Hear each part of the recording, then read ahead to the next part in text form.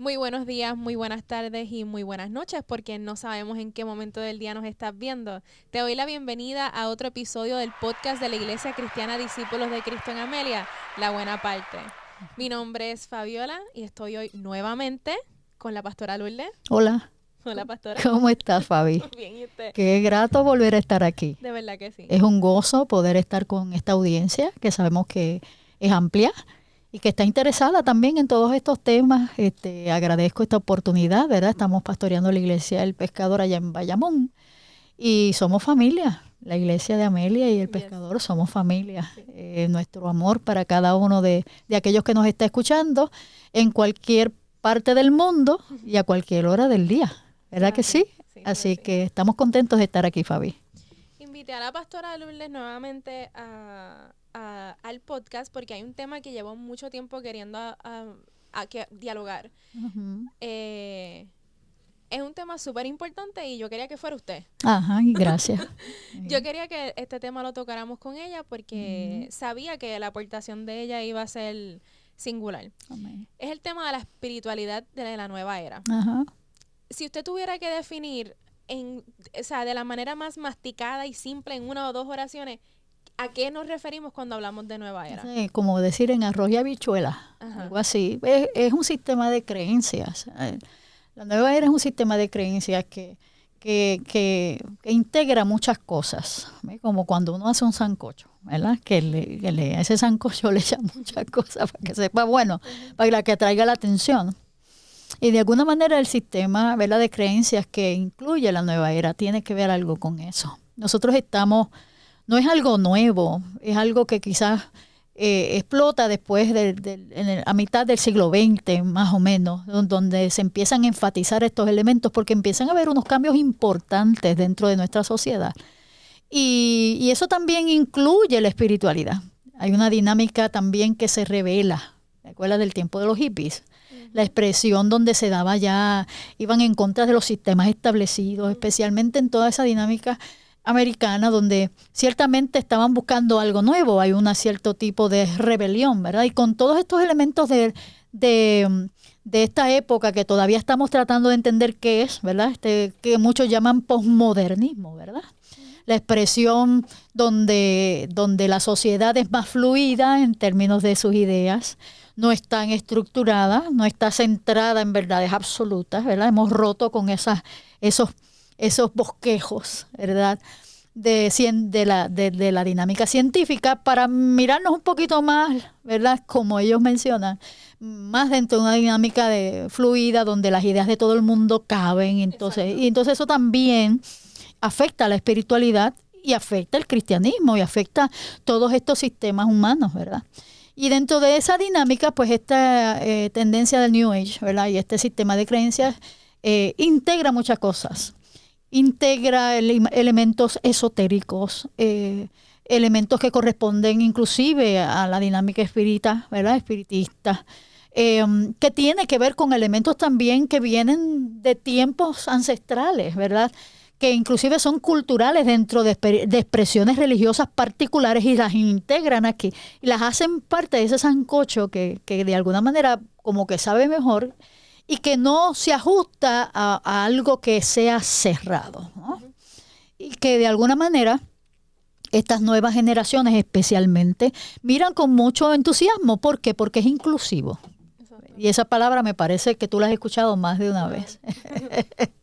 Y pues se acusa el cristianismo de ser excluyente, ¿verdad? Y pues a través de esta dinámica inclusiva, pues nuestras nuevas tendencias, nuestra juventud ve atractivo esa expresión del New Age, ¿verdad? Claro, nosotros no la vamos a mirar del todo así como esta dinámica que es más definida como la santería o el espiritismo que nos asusta. No, lo vamos a ver con una nueva simbología que nos atrae y la vemos cool. Como la vemos cool, nos queremos adaptar a ella. Inclusive quizás el peligro que yo interpreto, yo estoy mirando como pastora desde esa ventana donde estoy, la manera en que esto también se ha integrado a la experiencia de la iglesia, se ha filtrado dentro de la estructura de enseñanza de la iglesia y se ha mutado en una predicación nueva, en una teología también nueva. Y eso también es peligroso. Antes de que entremos en ese tema profundo de cómo se mete a la iglesia, le pregunto, ¿usted no cree que lo que ahora conocemos, ¿verdad? Porque espiritualidad fuera del cristianismo ha existido todo siempre. Nosotros somos, sí. Somos seres espirituales. Eso es así. Pero el que conocemos ahora, espiritualidad, la nueva era de ahora, ¿usted no cree que es un poquito una respuesta para rebelarse en contra del cristianismo? Bueno, yo creo que esta espiritualidad que se expresa hoy, yo creo que quiere ir en contra de todo lo que le quiere establecer límites al hombre, le quiere establecer caminos. Y eso incluye el cristianismo. Porque la dinámica de la vida cristiana tiene unos parámetros definidos. Yo creo que es la única religión que no nos sirve, no está para servirnos a nosotros, está para que nosotros para que nosotros estemos en función de algo mayor. Sí, y yo creo que mira, Fabi, en la experiencia humana el hombre ha seguido evolucionando y como sigue cuestionando y con mucha fuerza la presencia o existencia de Dios como ser supremo, creador, regulador, inspirador de toda la raza humana, pues estas dinámicas nuevas, estas experiencias nuevas religiosas, pues diluyen ese principio, diluyen esa presencia de ese Dios real y relacional. Porque recuerda que esto es un aspecto más que religioso. Estamos hablando de un aspecto de relación, ¿verdad?, con Dios.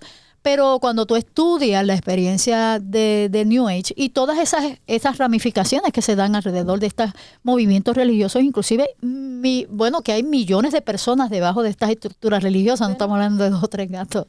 Denos unos ejemplos de qué tipo de prácticas caen dentro de lo que conocemos como el New Age Spirituality. Bueno, yo creo que ahí se dan mucho las dinámicas de meditación trascendental. Se dan mucho las dinámicas de estos espacios donde la gente se separa, ¿verdad? Se va a lugares de meditación, que meditar no es malo, ¿verdad? En sí mismo no lo es. Pero cuando tú te vas a un lugar y creas un ambiente y una simbología relacionada con elementos que en sí mismos tienen un simbolismo religioso, pues ya estás creando un ambiente sincrético, ¿no? Donde estás mezclando unos elementos. Cuando tú estudias, por ejemplo, el hinduismo, estudias también el budismo, te das cuenta de que estas tendencias religiosas están ahí, esas creencias están sostenidas no en un Dios personal, sino en una relación de este Dios, de este hombre que va creciendo, va desarrollándose, va, ¿verdad?, yendo en etapas hasta desarrollar su plena iluminación o su plena realización. Pero se da en base a unas virtudes esotéricas, espirituales, de energías interiores, donde tú vas, inclusive el aspecto de la reencarnación, que tienes que haber escuchado con mucha frecuencia y que se da dentro de elementos donde de estas experiencias simples yo voy evolucionando hasta ser, ¿verdad?, un ser totalmente iluminado, ¿verdad? Y crea una estructura donde el hombre es el centro, donde la espiritualidad se encuentra dentro de ti y tú vas desarrollando ese ser que puede ser inclusive un Dios, ¿verdad? Llegar a ser una persona tan iluminada que sea algo que esté fuera de este mundo. Pero no se da en la virtud de ese ser humano que se acerca a un Dios que crea, a un Dios que ama, a un Dios que se acerca y que nos hace dependientes absolutos de esa relación entre el hombre y Dios, entre Dios y el hombre, y que se manifestó en forma plena en Cristo Jesús. Así que vamos a mirar a lo largo del camino, cuando tú miras estas nuevas tendencias, vas a ver mucha simbología que se ve lo más atractiva, ¿verdad? Elementos como el yin yang, por ejemplo, la expresión esta que se da dentro de las sociedades donde haya una admisión de que hay algo bueno y algo malo. Oyes mucho el concepto de vibra, por ejemplo, ¿verdad? esta persona tiene buenas vibras, esta persona está con tiene malas una aura vibras, ¿verdad? bonita. Ajá, has oído ese lenguaje. Sí. Entonces, esas dinámicas, como que a veces nosotros las vemos mezcladas dentro de la iglesia, inclusive, dentro de expresiones de conversaciones de orden espiritual. Sí. Y especialmente se están usando, desde mi punto de vista, en actividades dirigidas a la juventud. ¿Por qué? Porque los muchachos todos están como que hablan ese lenguaje, es más, a lo mejor ni entienden lo que están del todo afirmando, ni entienden lo que está detrás de todo eso, pero así lo hacen. Lo mismo ocurre, por ejemplo, con estas nuevas modalidades, donde no sé si lo has visto en el maquillaje, en la indumentaria que se ponen, donde se ponen elementos que son, por ejemplo, hinduistas, y tú ves que esa moda, ¿verdad?, de los hindúes, donde tú El te henna. tatúas, ajá, y todos esos elementos que se dan alrededor. Y todas esas muchas de las cosas que usted ha mencionado, como el símbolo del yin yang, como la del henna, son símbolos. O sea que usted entiende que la simbología tiene poder espiritual. Sí lo tiene. Y desde el punto de vista bíblico, está ahí. Cuando tú buscas la Biblia y vas a lo largo del Antiguo Testamento al Nuevo Testamento, te das cuenta que el Señor estableció desde el principio que hay unos lugares, hay unas zonas que tú no debes traspasar. Inclusive, como estábamos comentando antes que comenzar el programa, hablábamos acerca de cómo Dios le da, ¿verdad?, una nueva ley al pueblo de Israel. Se manifiesta con un testimonio de mandamiento importante, porque durante 400 años el pueblo de Israel está dentro de una sociedad como la egipcia, ¿verdad? Y dentro de esa dinámica existía todo un andamiaje espiritual alrededor de esa cultura extraordinaria, porque fue impresionante. Y inclusive habían más de 700 dioses, o sea, había dioses para escoger y cada uno tenía una simbología y cada uno representaba algo. Pero cuando tú durante 400 años te estás acostumbrando a ver tantas cosas dentro de la dinámica de figura humana, el Señor tiene que establecer primero que todo que tienes que eliminar todo aquello que tiene que ver con crear imágenes delante de mí. No puedes hacer, no hay otro Dios que no fuese yo. La simbología que hay detrás de la creación de un ídolo lo tienes que eliminar. ¿Por qué? Porque ahí hay espíritu, ahí hay poder de gobierno, hay una expresión que se está dando y tú le estás poniendo forma. Y él dice, no, yo no tengo forma, ningún ídolo puede me puede representar. Yo soy el Dios que me relaciono con el ser humano de una forma directa y personal. Y eso es algo maravillosamente increíble. Fíjate que cuando el pueblo de Israel tiene que conquistar a lo largo del camino y establecer, ¿verdad?, ese lugar como territorio para hacer sociedad y para glorificar a Dios en medio de ello, lo primero que tenían que derribar eran los lugares altos, porque muchos de esos territorios también habían sido dedicados a Baal, habían sido dedicados a Astoret, habían sido dedicados a dioses paganos, y toda esa dinámica tenía que ser erradicada, inclusive en los lugares donde no se hizo en la conquista. Si tienes, ¿verdad?, recuerdas un poco, durante el tiempo de esa conquista de Josué, pues hubo problemas, ¿verdad? Lo mismo que la representación precisamente de esa dinámica idolátrica. Inclusive antes de que se formara todo, cuando Dios llama a Abraham, la Biblia dice de que le pide que se vaya, que deje su tierra y su parentela y que se vaya al lugar que Dios le muestra. Y lo primero, pienso yo, que tiene que renunciar a Abraham es a los ídolos de su papá. Tiene que renunciar a toda esa dinámica que está detrás de ese símbolo. Es lo que usted estaba diciendo ahorita de los egipcios, que tenían muchos dioses, que estaban acostumbrados. Esto me recordó que, creo que ahora entiendo un poco más, porque desde que Moisés está anunciándole al faraón, diciéndole que lo deje ir, al trayecto de los 40 años, Dios da una instrucción y al final siempre decía, porque yo soy el Señor. Amén. Porque o sea, a veces leo el Nuevo Testamento y me pregunto, ¿por qué detrás al final de cada instrucción Dios tenía la necesidad de repetir una y otra vez? Y de afirmar. Yo soy el Señor. Amén. Así es. Y fíjate qué interesante. Aun cuando se da el encuentro de Moisés con Faraón, Fíjate que los brujos, ¿verdad? O los servidores de Faraón trataron de imitar los milagros.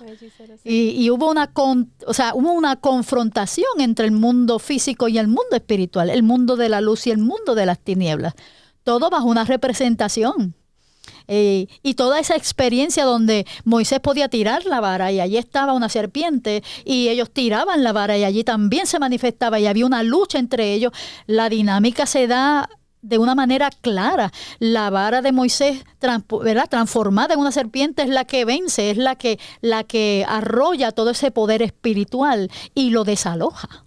Y yo encuentro que es fascinante, porque en medio de esa experiencia Dios nos está enseñando a no crear vinculación y a no crear dependencia de esas expresiones que son simbólicas, porque en ellas hay espíritu. Lo que pasa es que nosotros no necesariamente los estamos mirando con esos lentes. Y tú lo vas a mirar cuando tú estudias un poco las expresiones de la hechicería, las expresiones que se dan alrededor del espiritismo, las expresiones que se dan alrededor de esos mismos movimientos religiosos como es el hinduismo, el budismo. Estudia su simbología para que te des cuenta que en ellas hay una representación espiritual. Entonces nosotros a veces lo miramos como simplemente algo que está cool y que me gusta porque cuando tú lo miras se ve chévere. Y inclusive esas mismas expresiones tratas de integrarlas a la experiencia de la iglesia porque tú no las ves tan mal. Además, ves como, por ejemplo, las expresiones que se dan a través de los ejercicios yoga, por ejemplo, ¿no? No queremos que nos tiren piedras ahora y que llegamos los radicales, pero hay que hablar un poquito acerca de esa dinámica. Yo quiero contarle algo y que usted me diga cómo yo debo interpretar esto. Okay. Yo hace un año y pico yo empecé a hacer ejercicio. Y la aplicación de Planet Fitness tiene, pues si no pudiste ir al gimnasio, estos son unos workouts. Ajá. Y yo traté por primera vez uno de yoga. Uh-huh. Porque pues yo decía lo mismo. De hecho, yo no me considero versada en el tema de por qué el yoga es malo. Mi experiencia fue la que me dijo, espérate, a lo mejor los cristianos que lo condenan tienen algún punto. Ajá. Después que hice el yoga, yo tenía... yo sentía el cuerpo, no fue un feeling malo, pero fue un feeling distinto al que yo tengo cuando hago ejercicio. El ejercicio te sube las endorfinas, te hace sentir bien, pero el feeling que yo sentí luego de hacerla yo me podía dormir, yo me podía ir a dormir. Sí. ¿Te sentiste inquieta, acelerada? O sea, lo que sentía era como, no puedo decir que me sentía mal, uh-huh, porque no puedo decir que me sentí como usted dice, como cuando uno se siente oprimido, no me sentí así, pero yo sentí físicamente algo distinto en mi cuerpo. Uh-huh. No puedo explicarlo bien, yo sentí algo distinto a mi cuerpo y el yoga no es un ejercicio lo suficientemente difícil como para que porque yo sentía cansancio, recuerdo sentir cansancio, para yo decir me quiero acostar a dormir. Y yo lo que quería era acostarme a dormir. Sí. Sí. Yo creo que es interesante lo que planteas, Fabi, porque yo creo que mucha gente se... No lo volví a hacer. Pues muy bien, te felicito por eso. Y déjame decirte que yo creo que nosotros a la hora de mirar esto, antes de tomar una opinión demasiado acelerada, ¿verdad? Debemos buscar un poquito, investigar un poco, porque a veces nosotros miramos unos ejercicios nuevos, nos hablan acerca de unas nuevas cosas y pues vamos y las hacemos, pero tampoco hacemos mucha investigación. Uh-huh. Cuando tú estudias el tema de la yoga, por ejemplo, y te metes en la dinámica de qué es lo que hay detrás del pensamiento de quien hace esos ejercicios, no es que aprender a respirar sea malo o sea diabólico. Yo creo que nosotros no sabemos respirar muchas veces y por eso estamos medio agitados, ¿verdad? No sabemos actuar de manera físicamente, pero no se trata de eso, se trata de una concepción espiritual que está ordenada detrás de eso, y eso es lo que tú debes mirar, y cuando tú lo miras en función de eso te conecta con un mundo espiritual donde va más allá de esos elementos simplemente que tienen que ver con sentirnos mejor o hacer un buen workout o algo por el estilo. Y yo creo que también hay un poco también de elementos que tienen que ver con esto donde tú sabes de que a veces nosotros somos un poco supersticiosos también y la dinámica de la superstición entra a veces dentro de todos estos elementos.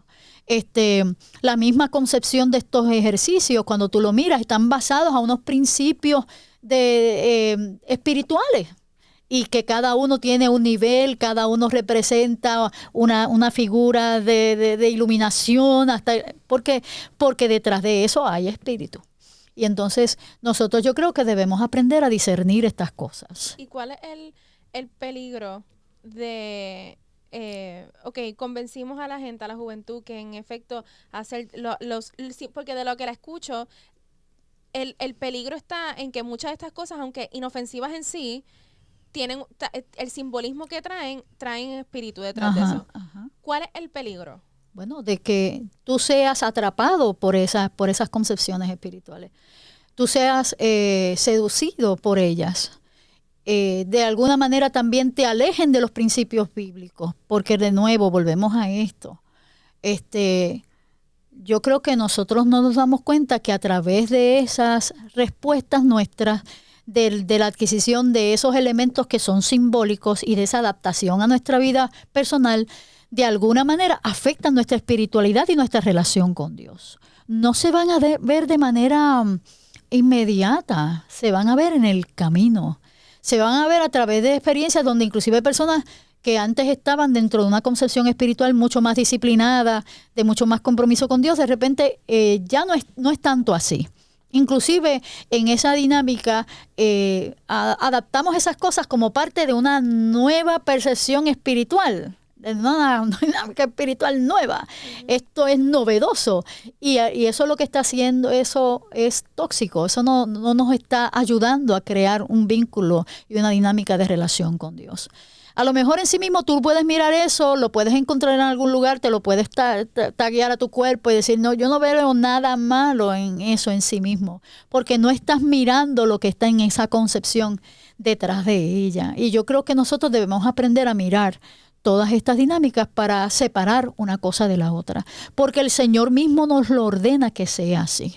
O sea, no es un asunto de que la pastora está diciendo esto porque es radical, no, es que el Evangelio establece que nosotros tenemos que aprender a desprendernos de esta cosa. Fíjate qué interesante, porque cuando se da la dinámica del movimiento cristiano al principio, en ese tiempo donde Jesús muere, resucita, se va, ya cuando el apóstol Pablo está escribiendo cartas a la iglesia, está preocupado por las nuevas nomenclaturas que se están dando dentro de la iglesia, al punto de que ya no estaba el testimonio puro y claro de la resurrección del Señor y lo que eso significaba. Ya habían interpretaciones nuevas.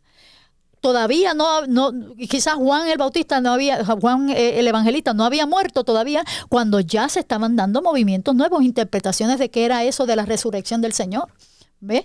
Era un espíritu, era un fantasma. Tú buscas Lucas 24, por ejemplo, la experiencia donde están los del camino de Maús, ¿te acuerdas? La expresión donde ellos caminaban y de repente Cristo llega a ellos y ellos no se dieron cuenta que Jesús estaba allí. Y solamente lo descubrieron, se dieron cuenta de que él estaba cuando él entra a la casa y parte el pan. ¿Te acuerdas de eso? Y la experiencia donde él ellos van donde los discípulos y le comentan, mire, es que nos encontramos con el Señor y en la mesa y de repente entró Jesús. Y cuando entró Jesús, los que miraron dijeron, eso es un fantasma. O sea, como que trataron de interpretar de una forma distinta. Cristo estaba en cuerpo resucitado. No era una expresión espiritual. Era una resurrección plena, completa de su cuerpo, en un cuerpo glorificado. Tanto es así que pidió de comer. Tanto es así que le dijo, tócame, porque un espíritu tú no lo puedes tocar. A un fantasma, a Casper, tú no lo vas a poder tocar. Si te aparece en algún sitio, tú le vas a hacer así, y de verdad que no lo puedes tocar. Pero a él lo tocaron. O sea, lo que te quiero decir es que esas nuevas interpretaciones se dieron temprano en la iglesia. Y el apóstol Pablo tuvo que advertir a la iglesia.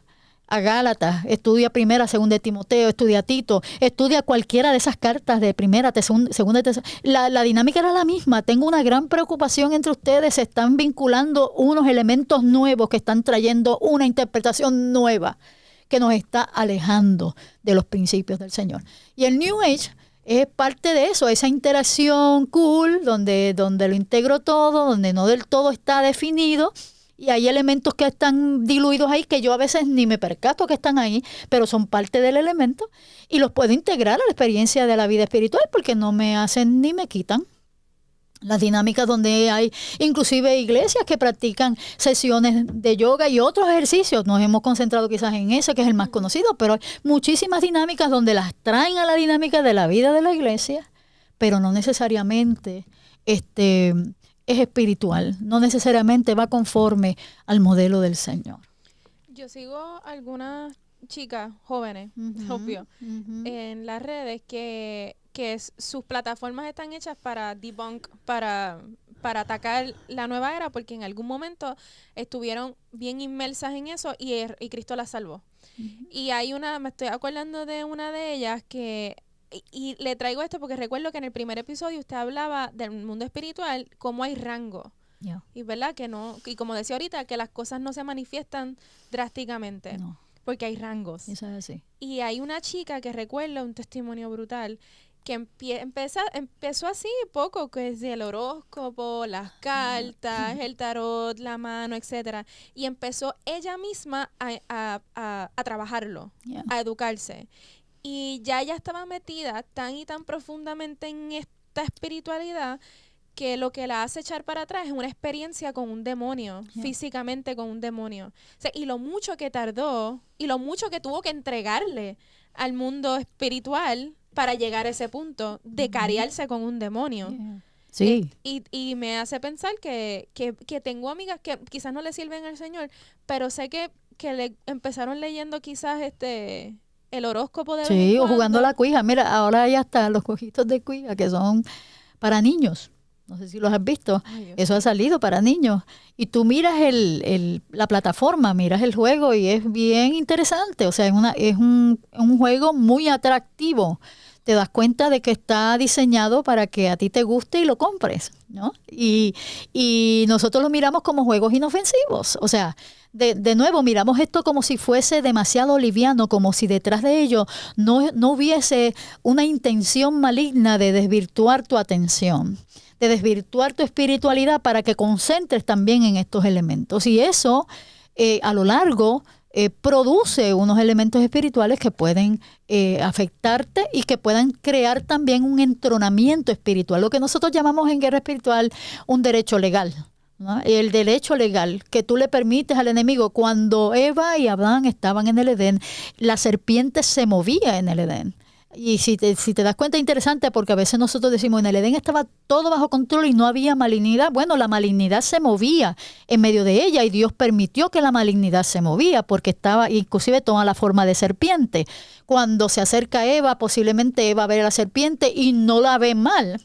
No la ve como, porque a lo mejor era tan hermosa, ¿verdad? La descripción de lo que era tan atractiva que cuando inclusive a lo mejor le habla tampoco le estuvo extraño, porque recuerda que los elementos que se dieron en el Edén no necesariamente son los elementos que se están dando después de la caída. Hubo muchas cosas que Dios puso límites. Y yo soy de las que creo que en esa dinámica del Edén, ¿verdad? Donde había ciertos elementos controlados y Dios manifestándose plenamente con el ser humano, posiblemente había una comunicación hasta telepática. O sea, alguien pudiera a lo mejor después tratar de eso, pero yo soy de las que creo que Adán y Eva a lo mejor se comunicaban con lo creado a través de expresiones telepáticas. Los animales son muy inteligentes. Yo creo que la inteligencia de los animales nosotros todavía no la hemos descubierto del todo, pero nosotros nos sorprendemos ver cómo los perros responden en fidelidad a nosotros, cómo las aves y eso saben de manera instintiva qué es lo que tienen que hacer porque nadie les dice lo que tienen que hacer. Y no son racionales. Exactamente, supuestamente, todavía nosotros estamos en ese descubrimiento, pero en esa expresión única donde estaba esa comunión, se manifestó la malignidad y allí se manifestó en forma de serpiente y Eva escucha a la serpiente y le atrae la atención. Pero si hubiera dicho, esto no es normal, la hubiera desechado del principio, pero ella se comunicó porque parecía que era algo de alguna manera normal en aquel momento. Y fíjate de que es hasta después de todo esas dinámicas que se abren sus ojos, dice la Biblia. Y la primera manera en que se dan cuenta que están desnudos y ya se crea una dinámica distinta, ellos entonces se esconden y ahí empiezan los temores y ese sentido de culpa. Inclusive ellos trataron de vestirse ellos propiamente para ver de qué manera, su manera, podían justificarse y esconderse de Dios, pero es que tienes que vestirte a la manera de Dios, no a nuestra propia manera. O sea, lo que te quiero decir es que hasta en esos elementos la Biblia nos advierte acerca de esto. Y yo creo que nosotros debemos aprender a discernir. Fíjate que el aspecto del discernimiento es importante. Yo creo que la otra vez cuando hablamos, definimos un poco el discernimiento, no como que esta capacidad de rayos X donde yo me pongo aquello y de repente yo empiezo así como un Avenger a mirar detrás de todo. Tú sabes, esa no es discernimiento. Nosotros como que tenemos esa concepción donde de repente el espíritu me tiene que decir cosas y yo tengo que sentir cosas extrañas y electrificantes y decir, ahí lo que hay no, el discernimiento yo lo miro desde el punto de vista del conocimiento que me lleva a mí a entender lo que está ocurriendo delante de mí. Es la capacidad de discreción que yo tengo en virtud del conocimiento que adquiero acerca de eso. Por eso la información es importante, porque yo puedo desarrollar esta habilidad de discernir. No necesariamente Dios me puede mostrar algo, Dios me puede abrir los ojos para muchas cosas, pero también lo puede hacer a través del entendimiento de ellas. Y para ello tengo que ilustrarme, para ello yo tengo que acercarme a la verdad, para que esa verdad me libere. Sí, porque esta es otra cosa que nos dicen, pero es que yo no me siento mal, es que yo no me siento culpable, pero si yo tengo el Espíritu Santo, porque yo no me siento mal. Ajá. Y la verdad es que, pues, si el pecado o todo lo que esté atado a, porque no hay áreas grises en lo espiritual, lo que no esté atado a Dios, nos incomodara, nadie pecara. Si nos hiciera sentir mal, nadie caería en esas trampas. Tengo una pregunta. Al principio usted habló de la meditación. Trascendental, sí.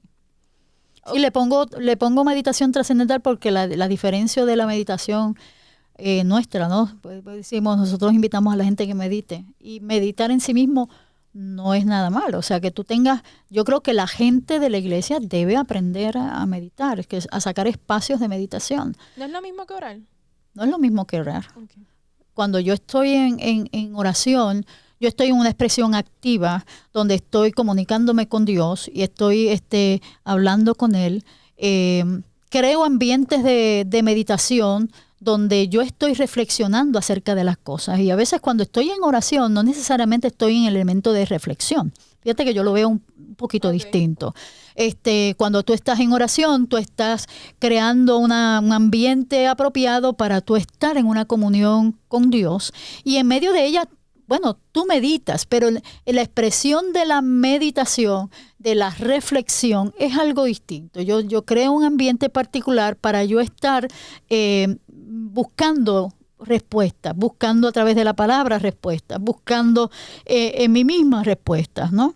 Y en esa dinámica, no es que cuando hablamos acerca de esa meditación trascendental, eso está tomado de la mano de ejercicios propiamente que me lleven a un estado de trance o un estado de meditación profundo. Tú lo miras a través de esos ejercicios que se hacen donde de repente te vas como que en unos viajes y te dicen, sueña o piensa en el mar y te ponen elementos que tienen que ver con lluvias o con eso para que te vayas en una expresión mental. Eso es otra cosa. Cuando tú estás en la meditación bíblica, ¿verdad? En la meditación de la palabra del Señor, es como cuando el Señor estuvo en el desierto, donde en el desierto también Él tuvo que buscar momentos de meditación, donde tú estás en una reflexión profunda, donde tú estás en toma de decisiones también, donde tú estás tratando de encontrar elementos que te tranquilicen, ¿no? Para poder tomar decisiones importantes. A nivel físico también eso es fundamental, porque nosotros cuando estamos en la dinámica de actividad normal, nuestro cortisol nos está inundando todo nuestro sistema. Nosotros estamos en un alert mode que a veces nos tiene hasta enfermos. Sí. Y necesitamos bajar esos niveles que están contaminando nuestro cuerpo. Y el cortisol no baja necesariamente inmediatamente. Tú necesitas momentos de reflexión, inclusive una de las cosas que muchos profesionales de la salud mental, inclusive que estudian estos elementos, recomiendan, la oración la recomiendan mucho la meditación. A veces te dicen, medita en el Dios que tú creas, pero medita, ¿me entiendes? Porque te quieren llevar a un estado donde tú te sientas que estás botando un poco toda esa aceleración que tienes en el día, ¿no? Por eso cuando uno va a escribir, ¿verdad? ¿Qué es lo que nosotros hacemos cuando queremos escribir? A mí me encanta escribir. Pues buscas ambientes que te lleven a meditar un poco, a reflexionar un poco, que te saquen de lo usual, ¿verdad? Porque yo creo que en un ambiente como este a lo mejor no me voy a sentir cómoda o no se crea el ambiente apropiado para yo escribir. Tengo que irme a ese lugar, a ese espacio, ¿verdad? Esa cabañita que a lo mejor escuche el río al lado, y muchas de esas personas lo hacen, se van 5 o 6 meses a un lugar, ¿verdad?, separado, y allí buscan crear algo nuevo. Yo creo que eso es distinto. Y todos esos elementos están tomados de la mano, fíjate que te estoy diciendo que están tomados de la mano de unos elementos espirituales, porque hay una concepción espiritual detrás de eso. Cuando tú ves esos monjes budistas, cuando tú ves esas dinámicas que se dan alrededor del hinduismo, en todas esas expresiones religiosas, aunque parezcan muy sanas, cuando tú las miras, cuando tú las estudias, te das cuenta que corresponden a una interpretación de la vida espiritual. Y lo que eso conlleva es un elemento que puede llevarte a separarte del amor de Dios, ¿verdad? A separarte de la vida del Señor. ¿Usted ha escuchado el dicho que dice, an idle mind is the devil's playground? No. Que una mente... ¿neutral o...? Sí, como cuando uno está meditando, ajá, o sea, ajá. es como tierra fértil para el enemigo. Ajá, porque tú estás en un estado como que de inacción. Pues la razón por la que quería traer otra vez el tema de la meditación es porque siempre he tenido la duda de que si eso que yo he escuchado a mucha gente cristiana, es cierto, que la razón por la que la meditación, por lo menos la que dentro de la que conseguimos dentro de la espiritualidad nueva era, que es mala. Por el estado al que llevas la mente y el cerebro. Sí, porque eso parece que es como si fuera una autohipnosis o algo por el estilo, ¿no? Donde te llevan un nivel de letargo interno o algo así. Yo pienso de que, de nuevo, voy a atar esto no al elemento de que tú mires la meditación en sí misma como algo maligno, sino de que los elementos que se dan para tú llegar a ese estado, los ejercicios que se hacen para tú llegar a ese estado, corresponden también a una concepción espiritual. ¿Pero cómo cuáles? Bueno, yo no te puedo dar los detalles de cuáles, yo no te puedo necesariamente explicar todos ellos, pero sí yo creo que uno tiene que a la hora de acercarse a esas dinámicas, entender de dónde se conciben, de dónde es que vienen y cuáles son las dinámicas, las concepciones que se dan para que eso se produzca, porque regularmente vienen de lo mismo, o sea, vienen de esas expresiones religiosas donde se cree en el mundo espiritual, en la concepción de la iluminación, en el desarrollo de la reencarnación como una alternativa, ¿verdad?, de eternidad, pero se desplazan otras cosas que corresponden realmente a lo que es la vida de Dios y la vida del Espíritu. El creyente, todos nosotros debemos desarrollar disciplinas espirituales. Todos nosotros somos llamados, invitados por el Señor a crear un programa particular y personal de vida de oración, de vida de ayuno, de vida de estudio profundo de las Escrituras, de meditación, de reflexión, de interpretación. Son muchos elementos que tenemos que desarrollar, pero nosotros todos están centrados en lo que la palabra nos invita a realizar. No vamos a cruzar esas líneas más allá de eso. Lo mismo que ocurre cuando, la concepción, nosotros creemos en la concepción del alma. O sea, creemos que somos eternos, ¿cierto? Pero nosotros no nos vamos a hacer unir alrededor de una mesa, ni vamos a meditar profundamente en ella para pedirle a mi abuelo que se aparezca en medio de la mesa porque yo crea que el alma es eterna, ¿no? Porque estás partiendo de una experiencia espiritual, de una interpretación teológica de la cosa. Y eso es peligroso. Cuando te acercas a esa mesa, hay mucha gente de estas que se acerca creyendo que agrada a Dios también. O sea, porque yo conozco muchísima gente que practica este tipo de concepción religiosa que van a la iglesia y son cristianos. Mas, sin embargo, se sientan en las mesas porque creen en el mundo espiritual para invitarlo a participar de sus experiencias de vida. Y entonces ahí te das cuenta de que estás cruzando una línea que la Biblia prohíbe, ¿verdad? Que no nos permite que nos acerquemos a ella. Y es peligroso porque invitas al mundo espiritual entonces a disfrazarse para llegar a ti. Recuerda que la Biblia dice que Satanás se disfraza como ángel de luz y que llega a ti sin que tú te des cuenta que está ahí. Pero llega. Y puede perturbar tu vida espiritual, puede enlazarte en una experiencia demoníaca también, donde necesites entonces en el camino liberación. Todos esos elementos pueden estar ahí. Sí, alguien que ve esto y esporádicamente hace algo que aparentemente es inofensivo, como leer el horóscopo cuando los encuentra con él, o hacer yoga una vez al mes, y esto, o sea, y